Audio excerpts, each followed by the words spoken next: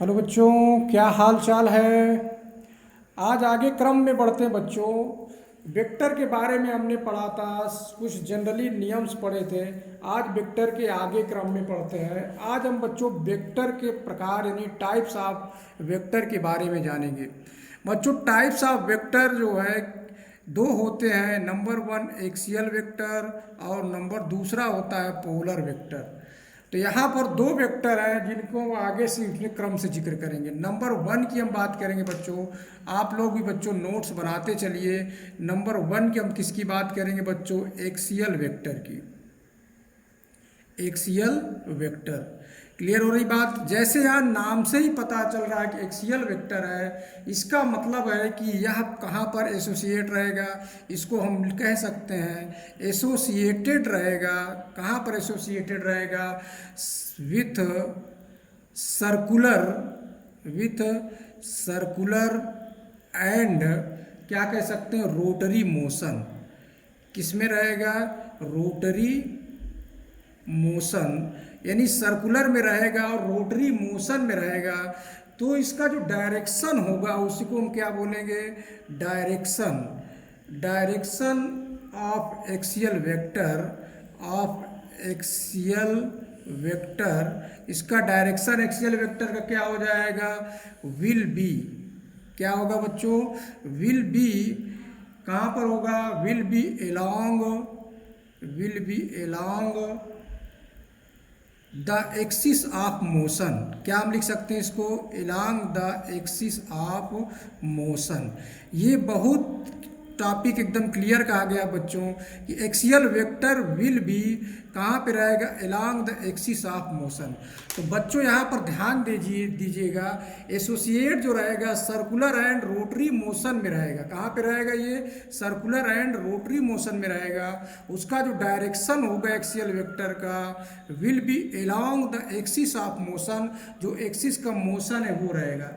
इसका एग्जाम्पल्स, हम एक उदाहरण बच्चों समझे, एग्जाम्पल्स की बात करें तो एग्जाम्पल्स में क्या हम समझ सकते हैं कि मान लीजिए हमारा angular velocity, angular velocity, angular velocity omega है। क्लियर हो रही बच्चों बात? और हम ये कहें कि angular, angular momentum, angular momentum J शब्द का प्रयोग हम करते हैं बेटा, जे में हो। क्लियर हो रही बात बच्चों? और इसका टार्क जो है, टार्क, इसको आगे हम चल के पढ़ेंगे, उसका विस्तार में पढ़ेंगे। अभी केवल बच्चों में यहाँ पर डिफिनीशन बता रहे, वेक्टर का केवल डिफिनीशन पढ़ रहे हैं। तो यहाँ घबराने की जरूरत नहीं है बच्चों, अभी बात को समझिए। एंगुलर वेलोसिटी ओमेगा और एंगुलर मोमेंटम जे शब्द है, और टार्क जो इसका है, टार्क को हम यहाँ पर लिख देते हैं कि टार्क को क्या हम लिख सकते हैं? टाउ, जिसको हम लोग आगे पढ़ेंगे टाउ। इसको क्या बोलते हैं बच्चों? टाउ। तो इसका एक बहुत बढ़िया एग्जाम्पल्स है, उसको हम थोड़ा सा यहाँ पर बताएंगे बच्चों। उसको ध्यान से देखिए और समझिए बात को। नंबर वन कंडीशन हम इसमें समझते हैं। क्या कंडीशन है नंबर वन?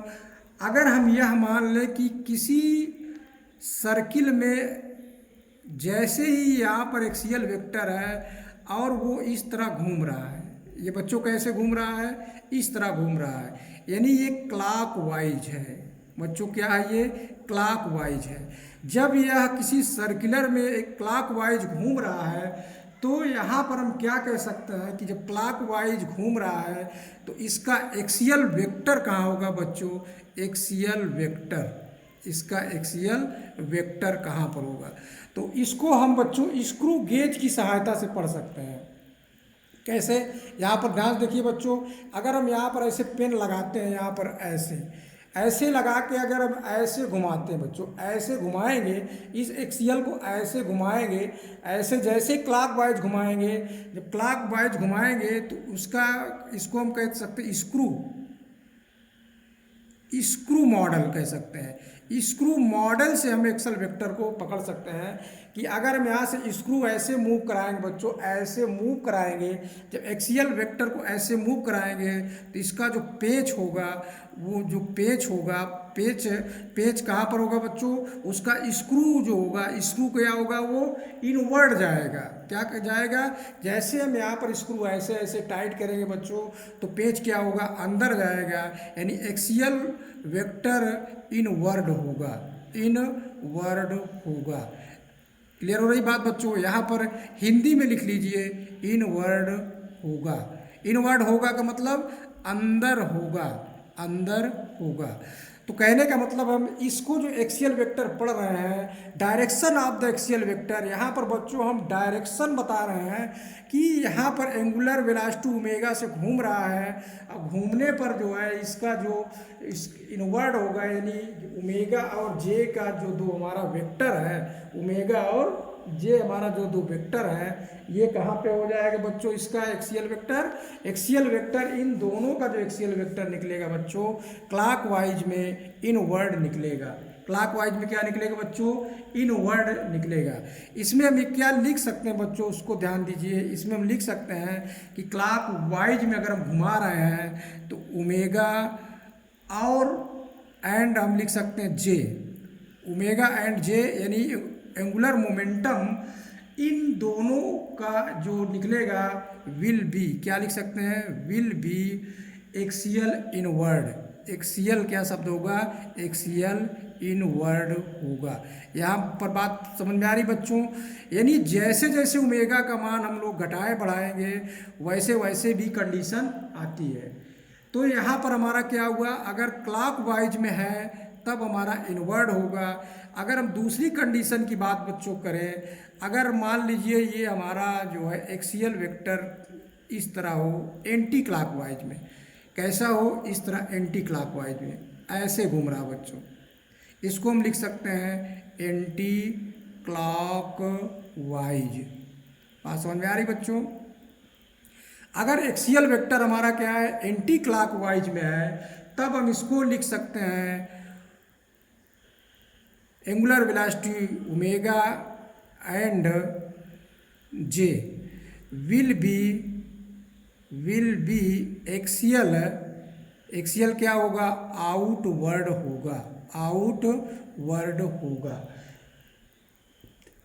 बच्चों बात समझ में आ रही है। यहाँ पर भी वही हम स्क्रू वाले का फार्मूला अपनाएंगे कि यहाँ पर अगर स्क्रू गेज को हम आपकी बार ऐसे घुमाएंगे बच्चों, जब ऐसे रोटरी करेंगे, देखिए यहाँ पे आपको समझ में आ रहा होगा, अगर हम ऐसे घुमाते हैं इस पेन को, तो देखिए जैसे हम पेन को घुमाएंगे तो स्क्रू क्या होगा, खुलकर बाहर की ओर आएगा। तो बाहर की ओर आने का मतलब है कि आउटवर्ड होगा। अगर हम उसको क्लॉकवाइज में बच्चों ऐसे घुमाएंगे तो स्क्रू को जब ऐसे हम टाइट करेंगे, जब टाइट करेंगे बच्चों, तो इनवर्ड स्क्रू अंदर की ओर जाएगा। और जब एंटी क्लॉक हम ऐसे घुमाएंगे बच्चों, तब क्या होगा, स्क्रू बाहर की ओर आएगा। जब बाहर की ओर आएगा तो आउटवर्ड, और जो अंदर की ओर जाएगा बच्चों, अंदर की ओर जाएगा तो इनवर्ड होगा। तो यहाँ पर हम कह सकते हैं कि omega and J will be axial, outward होगा और इनवर्ड होगा। किस किस कंडीशन है बच्चों, यदि क्लॉकवाइज ये चल रहा है तब हम कह सकते हैं कि इनवर्ड होगा। यदि एंटी क्लॉकवाइज चल रहा है तो बच्चों हम क्या कह देंगे, आउटवर्ड होगा। इतनी बात क्लियर हो रही बच्चों। इसमें अब दूसरी कंडीशन क्या है, कंडीशन की हम बात करेंगे। ये हमने तो दो कंडीशन आपको पहले दूसरी बताई।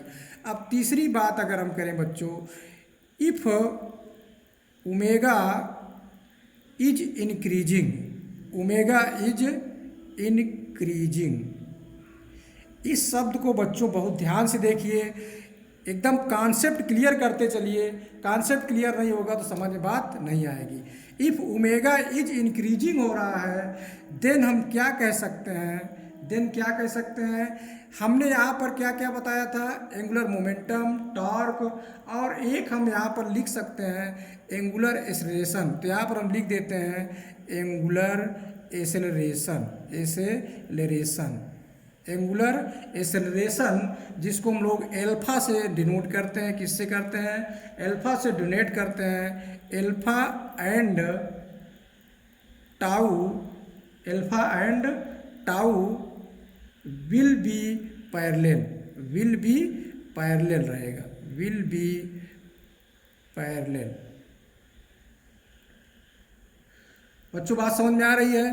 तो क्या होगा यहाँ पर, अगर हमारा ओमेगा बढ़ रहा है, यानी ओमेगा हमारा ये जो एंगुलर वेलोसिटी बढ़ रही है, एंगुलर वेलोसिटी बढ़ रही है, तब क्या होगा, अल्फा एंड टार्क क्या होंगे, जो है पैरेलल हो जाएंगे। क्लियर हो रही बात बच्चों। अब अगली इसकी एक कंडीशन क्या आती है, हम लिखें if omega is decreasing, omega is decreasing, अगर ओमेगा जो है घट रहा है, देन हम कह सकते हैं एंगुलर एक्सेलरेशन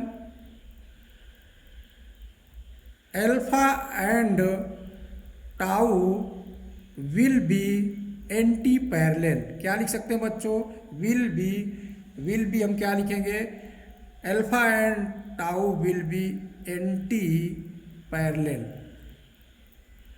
यहाँ तक बात बच्चों समझ में आ गई।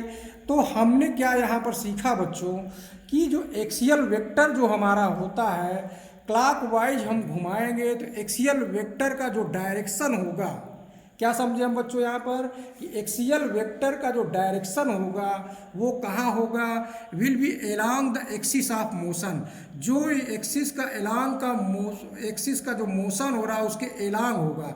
तो यहाँ पर हमने देखा कि इसका एग्जाम्पल एक हमारा क्या है, angular velocity, angular momentum and angular हम लिख देते हैं यहाँ पर एंगुलर एक्सेलरेशन, ये जो है बहुत अच्छा उदाहरण है जिसको हम यहाँ पर देखेंगे बच्चों। तब हमने क्या प्राप्त किया बच्चों, यदि हमारा ओमेगा क्लॉकवाइज में है तब जो है इसका एक्सियल वेक्टर का जो डायरेक्शन होगा इनवर्ड होगा, अगर क्या है वो क्लॉकवाइज में है तो इनवर्ड होगा, एंटी क्लॉकवाइज है तो आउटवर्ड होगा। इतनी बात क्लियर हो गई। इफ ओमेगा को अगर हम बढ़ाते हैं, यानी एंगुलर वेलोसिटी को हम बढ़ाते हैं, तो angular acceleration alpha and torque will be parallel, और हम उसको डिक्रीज करते हैं then angular acceleration and torque will be anti parallel. तो ये दोनों जो हमने कॉन्सेप्ट बताया बच्चों, इसको हम एक जगह यहाँ पर लिख लेते हैं। देखिए कैसे लिख लेते हैं, ध्यान से देखिए बच्चों, इसको हम एक जगह यहाँ पर लिखते हैं। हम उसको कैसे लिख सकते हैं, जैसे हमने कहा कि एंगुलर वेलोसिटी को घटाते बढ़ाते हैं तो ओमेगा और जे दोनों पैरेलल रहेंगे। देखिए हमने दोनों को इसका जो है वेक्टर में पैरेलल बना दिया है बच्चों। अब इसको हम लोग इस तरह भी लिख सकते हैं, देखिए ये यानी अल्फा ऐसे और टार्क ऐसे। क्लियर हो रही बात बच्चों। तो कहने का मतलब हो रहा है कि ये दोनों जो ओमेगा और जे और ओमेगा और टार्क जो है ऑलवेज पैरेलल है। ये दोनों कॉन्सेप्ट हमने क्या देखा, तो यहाँ पर हम लिख देंगे ऑलवेज पैरेलल। क्लियर हो गई बात। इसको भी हम लिख सकते हैं ऑलवेज पैरेलल, यानी ओमेगा और जे पैरेलल रहेगा और अल्फा और टार्क भी पैरेलल रहेगा। और यानी पैरेलल भी हो सकता है, और दूसरी कंडीशन इसकी और भी हो सकती है, मे बी, यानी हो भी सकता है पैरेलल और नहीं भी हो सकता पैरेलल। यहाँ पर दोनों कंडीशन हो सकता है। नहीं होने का मतलब है कि मे बी पैरेलल हो सकता है और एंटी पैरेलल, तो हम क्या लिख सकते हैं, एंटी पैरेलल हो सकता है। यहाँ पर दो कंडीशन निकली बच्चों कि ये दोनों जो है पैरेलल भी हो सकता है और एंटी पैरेलल भी हो सकता है। क्लियर हो गई बात बच्चों। तो हमने एक्सियल वेक्टर के बारे में पढ़ा बच्चों। इस एक्सियल वेक्टर के बारे में जो आपको बताए हैं इसको प्रैक्टिस करिए और ध्यान से पढ़िए। एक्सियल वेक्टर क्या होता है, किसी एक्स मतलब अक्ष पर, एक्सियस का मतलब एक्सल पर मूव करेगा ओमेगा से, तो हमारा एक्सियल वेक्टर होगा। एक्सियल वेक्टर को डायरेक्शन होगा, अगर क्लॉकवाइज है तो अंदर की ओर और एंटी क्लॉकवाइज है तब बाहर की ओर हो जाएगा। तो इस तरह हमने दो बातें सीखी बच्चों। अब हम समझते हैं बच्चों पोलर वेक्टर के बारे में। किसकी बात करेंगे बच्चों, पोलर वेक्टर के बारे में देखेंगे। ध्यान से देखिए बच्चों, पोलर वेक्टर में क्या क्या होगा इसकी बात हम करते हैं। पोलर वेक्टर यहाँ तक क्लियर हुई बच्चों बात। पोलर वेक्टर को समझने से पहले हम थोड़ा सा ये बात समझना चाहते हैं बच्चों कि मान लीजिए हमारे पास कोई कंपोनेंट दिया गया है। कंपोनेंट को हम लोग थोड़ा सा डिफिनीशन समझ लेते हैं कि लेट द वेक्टर, अगर हम एक मान लें कि लेट द वेक्टर हमारे पास है इस तरह 3i + 4j + 4k, ऐसे लिखा हुआ बच्चों। क्लियर समझ में आ रही है। इसको 5 के मान लेते हैं जिससे अलग अलग मैग्नीट्यूड में रहे, तब समझना है। अब देखिए बच्चों, इसको समझने से पहले इसकी बात हम समझते हैं कि ये क्या कह रहा है बच्चों। इसका क्या मतलब है बच्चों, समझिए 3i का क्या मतलब है कि वेक्टर जो हमारा है इसको हमने क्या वेक्टर माना था, लेट द ए वेक्टर, यहाँ पर ए वेक्टर मान लो बच्चों। क्या मान लेते हैं, ए वेक्टर मान लेते हैं। लेट द ए वेक्टर इतना दिया है, मान लेते हैं। अब इसको हम समझेंगे, क्या समझेंगे बच्चों, ध्यान से देखिएगा। इसमें हम लिख सकते हैं वेक्टर ए का क्या लिख सकते हैं, एक्स एक्सिस कंपोनेंट है वो। कंपोनेंट को ही बच्चों बोला जाता है कभी कभी प्रोजेक्शन। क्या बोला जाता है बच्चों, प्रोजेक्शन को ही बच्चों बोला जाता है छाया। क्या बोला जाता है बच्चों, हिंदी में छाया। यानी जो छाया है उसकी ए में एक्स एक्सिस में जो है वो कितना है, 3i है। कितना है बच्चों, 3i है। अब इसकी हम बात करेंगे 4j में, इसको लिखा जाएगा वेक्टर ए का जो है प्रोजेक्शन ऑफ 4j है। प्रोजेक्शन को हम क्या कह सकते हैं, कंपोनेंट भी समझ सकते हैं। और इसको हम क्या लिख सकते हैं बच्चों, वही चीज़ लिखेंगे कि जेड एक्सिस पर, और ये हमारा वाई एक्सिस पर, ये क्या है वाई एक्सिस पर, और एक्स एक्सिस पर। तो जेड एक्सिस पर क्या हो जाएगा, जेड एक्सिस पर लिखेंगे 5k प्रोजेक्शन है। इतनी बात समझ में आ रही बच्चों। अब इसको कहने का मतलब इसका जो छाया बनेगी बच्चों, उसी हम जो है छाये की बात करेंगे। ध्यान से देखिए कैसे हम रिप्रेजेंट कर सकते हैं, डायग्राम में कैसे हम इसको रिप्रेजेंट कर सकते हैं। तो जो बच्चों इसको हम डायग्राम में रिप्रेजेंट करेंगे तो देखिए ध्यान से, मान लेते हैं y है हमारा, x है, ये y है, ये हमारा x है, और ये हमारा z है। इतनी बात समझ में आ रही बच्चों, y x z। x की तरफ हमारा यहाँ तक मान लीजिए 3i हो गया, और यहाँ पर बच्चों y की तरफ हमारा हो गया 4j हो गया, और k की तरफ कितना हो गया बच्चों, k की तरफ हमारा जो है 5k हो गया। कितना लिखेंगे, z की तरफ 5k हो गया। तब यहाँ पर हुआ। अब इसका कंपोनेंट की बात जो कर रहे हैं बच्चों, इसका मतलब है कि ये सब जो बना हुआ है, तो इन दोनों का जो वेक्टर हमारा है, जो वेक्टर ए हमारा है, ऐसे है बच्चों। वेक्टर ए हमारा क्या है, ऐसे है। क्लियर हो रही बात बच्चों। इसका जब हम प्रोजेक्शन बनाएंगे तो डैश डैश जो हमारा प्राप्त होगा बच्चों, ऐसे प्राप्त हो जाएगा। देखिए, और यहाँ से इसको ऐसे मिला देंगे। ये देखो इसका प्रोजेक्शन बना, इसका प्रोजेक्शन बना। इसी को हम लिख सकते हैं 3i + 4j + 5k। तो यहाँ पर बात बच्चों समझ में आ गई होगी कि अगर इस तरह i j के रूप में लिखा है तो उसको हम क्या लिख सकते हैं। यहाँ तक बात बच्चों समझ में आ रही है। अब हम देखते हैं, अब हम पोलर वेक्टर की बात करते हैं बच्चों। किसकी बात करते हैं, पोलर वेक्टर की बात करेंगे। अब यहाँ पर आपको समझ में आएगा हम क्या बताना चाहते थे। हम यह बताना चाहते थे कि पोलर वेक्टर में 3 होते हैं। कौन कौन से पोलर वेक्टर में 3 होते हैं, यहीं पर हम लिख देते हैं पहले, जिससे आपको फिर से कंठस्थ हो जाए, रिमेंबर हो जाए कि पोलर वेक्टर हम लोग पढ़ रहे थे बच्चों। क्या पढ़ रहे थे, पोलर वेक्टर। क्या पढ़ रहे थे बच्चों, पोलर वेक्टर। दिख रहा है बच्चों, हाँ देखिए, पोलर वेक्टर के बारे में हम पढ़ रहे थे। अब हम पोलर वेक्टर के बारे में जो देखे थे उसमें क्या क्या देखना था। नंबर 1, पोलर वेक्टर में क्या होता है कि पोजीशन वेक्टर। एक क्या होता है, पोजीशन वेक्टर। एकदम से ध्यान से देखिएगा बच्चों, कन्फ्यूजन थोड़ा भी नहीं रखना, धैर्य भी रखना, और बहुत मज़ा आएगा सब पढ़ने में। दूसरा है बच्चों डिस्प्लेसमेंट वेक्टर, डिस्प्लेसमेंट वेक्टर, ये हो गया दूसरा बच्चों। अब तीसरा हमारा जो है, तीसरा को हम लोग कह सकते हैं जनरल वेक्टर। जनरल वेक्टर में बच्चों सभी आ जाएंगे, इसको हम अभी डिफिनीशन करके बताएंगे। पहले इसको सबको आगे बढ़ते चलिए और देखते चलिए क्या क्या होता है। यहाँ तक बात समझ में आई बच्चों? हमने इसीलिए यहाँ पे बताया था, अगर हम पोजीशन वेक्टर की बात करें बच्चों, किसकी बात करें?